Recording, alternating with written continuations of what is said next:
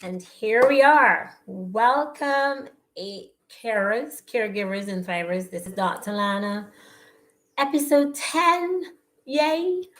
We've been going through all the self care um, concerns that caregivers have, family caregivers.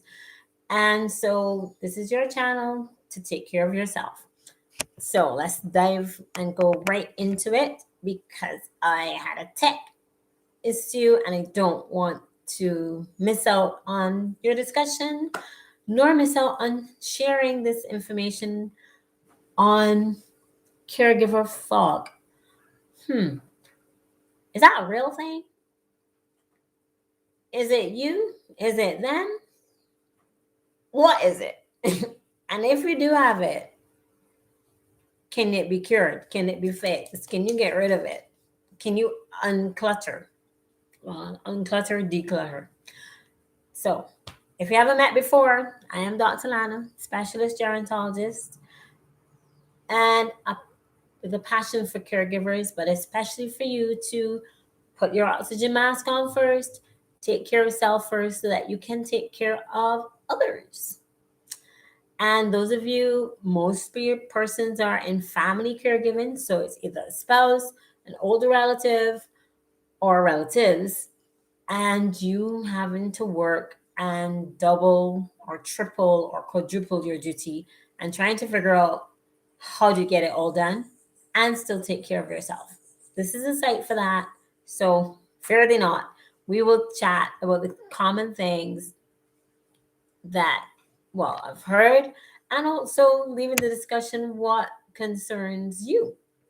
So, we're going to talk about caregiver fog.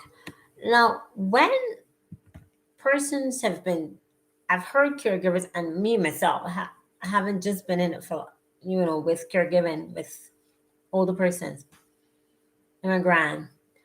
You just sometimes think, you know, I must be losing my mind.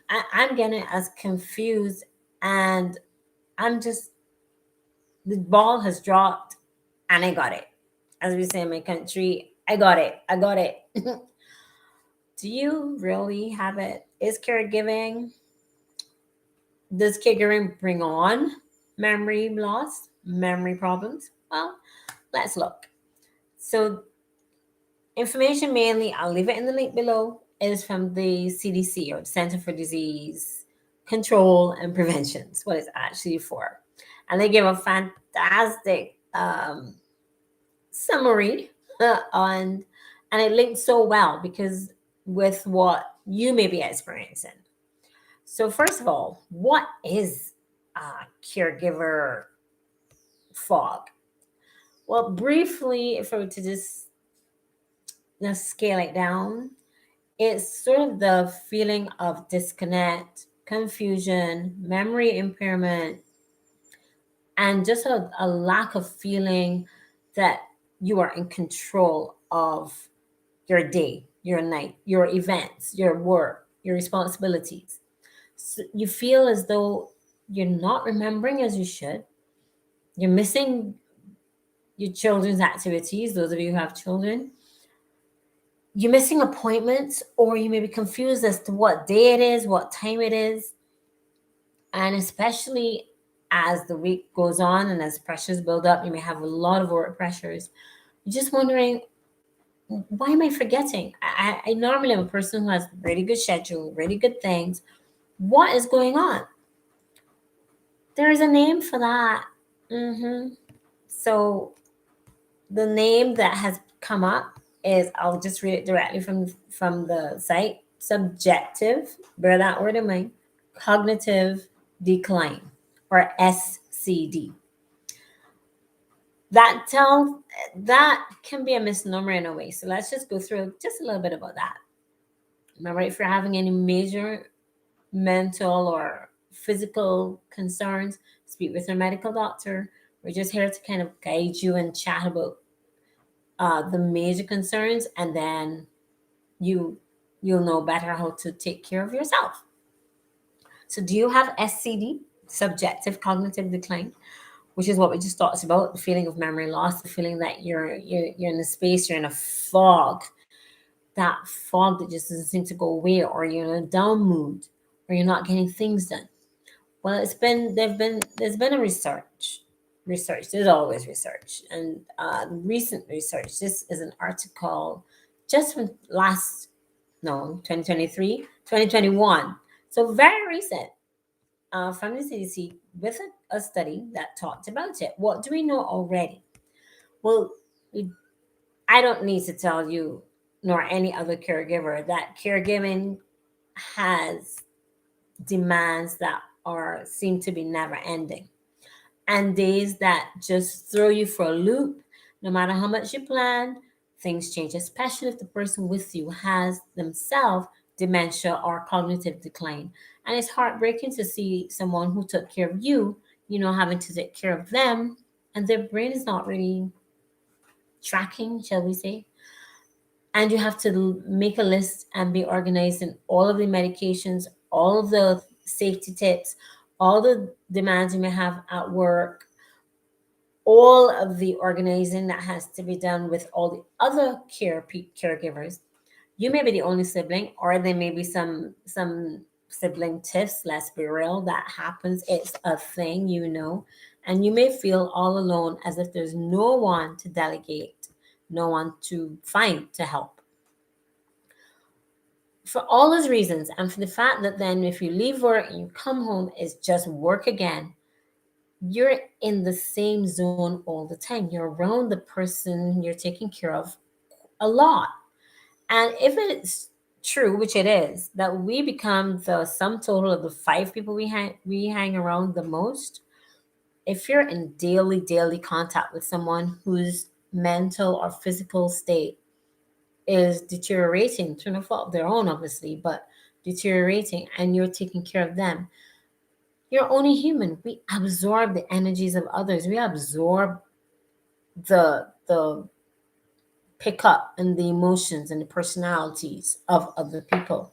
And if you're around them plenty or a lot, it's obviously going to affect our health. And it has been shown that caregiving can negatively affect both the physical and mental health about caregivers. But what's this fog thing? So the research done among unpaid, let's say, which is true, family caregiving is an unpaid job most of the time worldwide. Is not considered some places to be even a job, but it really is. So in this study that was done, and most persons are between the ages of 35 and 55 or 60, but this study was focused on persons around the age of 45. The self-reported, which is subjective experience of just feeling confused, feeling as if you're losing your memory, feeling as though you're not yourself, low mood, that sort of thing. Bear in mind that there are hundreds of thousands of caregivers around the world. There are millions of persons in under family, who are being taken care of by family. There are more older persons now than there are persons under the age of 5. So the population of the world is aging. Family caregiving has ballooned, and especially with the COVID-19 pandemic, the toll on family caregivers has gotten so much more pronounced. So the percentage of those who said that they were feeling that way. Now remember, as we all age, we have different thoughts. That was higher with family caregivers than among non-family caregivers. There are those caregivers with the cognitive or memory decline. They also reported depression. They reported like withdrawal. They didn't want to be active. And I've seen this happen. And don't you feel it sometimes? You just want to be home and you're just exhausted and flattened out. Who has time now to go and have a social life? Who has time to exercise? Who even feels the energy to exercise or take care of your own nutrition? And that's why it's so dangerous, because it also leads to increase in non-communicable diseases among caregivers, family caregivers. So the risk of high blood pressure or um, elevated blood pressure, heart disease, strokes, diabetes, high cholesterol, obesity, and all that comes with that. Foot, feet, and circulation problems because you're either on your feet all the time or off your feet or sitting all the time if you're at your job, at your desk. And you're up and down and you never seem to have to get to take a rest. You don't you're too tired to talk to friends, you're too tired, or you don't want to bother anybody, so you don't call. No one sees you anymore. They're like, oh, we used to be around, what happened? So since as many as 20% or of in the US alone are unpaired caregivers, and that equates like millions of people, we need to get to know what to do, what it is all about. So if you're feeling like this, let your doctor know. It may not just be the association bit and just because you feel overwhelmed with what you have to do. These persons, the risk comes if you are taking care of your relative or spouse alone. You have very little additional help persons that you can delegate to. You're not getting to exercise. Your diet and nutrition is out the window. And you have little to no social interaction with your peers, with your persons of your age that you can just riff off and vent and just chat about life in general. Like, you know, try to be out. What can you so that's your risk. All right. Do you have it from what was said before? Are you feeling like that? Are you feeling worse? Before you go on the panic button, let's speak, chat with the doctor. But let's continue. What can you do? Is there anything you can do about it after you checked? Are there medications for it? That's a tough one. That's something for the doctor. But we don't want to just pop a pill because the situation is chronic. So how can you, considering that this is you're in with this for the long haul, how can you declutter your brain, clear the fog? Let's reverse engineer what we just said. And I'm going to give a call to action here. Make sure that at least you find 5 minutes, 10 minutes to prepare your diet beforehand, prepare your meals beforehand, prepare a 5 minute, even if it's just a stretch on mornings, prepare that the night before. Prepare your exercise gear the night before. Ensure that when you're going to bed, everybody's going to bed at the same time because you don't want your sleep disrupted. So sleep disruption is a big cause of brain fog. And for family caregivers too, person you're dealing with did not sleep, up and down, you're concerned for them, so you can't sleep, nobody slept. Then they get to sleep in the day and they're not sleeping at night, and you want nothing more than just to sleep. So ensure that bedtime routine, there's a routine. Turn the lights off. No blue screens in the room, the bedroom, and the sleep time, that cycle, that routine is set. And yes, there will be days that you fall off the wagon, so to speak, but generally speaking, you want to be sure that you have a set routine for bed and that the bedroom is either not too cold, not too hot, and it's a place of a haven, a rest. Find a friend, definitely call one of your good friends, and even if you don't feel the energy to go out, have a Zoom call. Just talk on the phone. But better also to make plans to meet, even if they come to you or you go to them, even for half a day. Someone knows someone who knows someone who can you can delegate to give you half a day or a whole day where you can just have a mental space day, and that clears your mind. Put down all the things that concern you, that you're concerned about in terms of your memory, in terms of what's being impaired and where your schedule is, so that you can kind of pinpoint, oh, I need to do less of this, more of this. Most of the time, you need to do less of something. It is feels like it's all on you, but guarantee that with the as the population grows, the sample size of caregivers, the number of caregivers increase, the challenge to them is going to increase. So let's start now and figure this out. What else? What's the final thing you can do besides making the schedule, setting a time for exercise, setting a time to just mentally declutter, take some deep breaths, make sure you're hydrated. Dehydration is a big cause, not only in older persons, but in general, in in people. It is a huge cause of fog. So make sure you're hydrated, you're taking vitamins if you need to, or your supplements, getting the exercise, prepare for sleep. Then prepare for sleep. Schedule it. Schedule your times. Ask a friend, call your friends and reach out. Until next time, if you found this useful and helpful, share it with a friend who's also going through a fog. Discuss, could you be going through something more? Is it more than just a fog? Do you have really, really, really sad low days?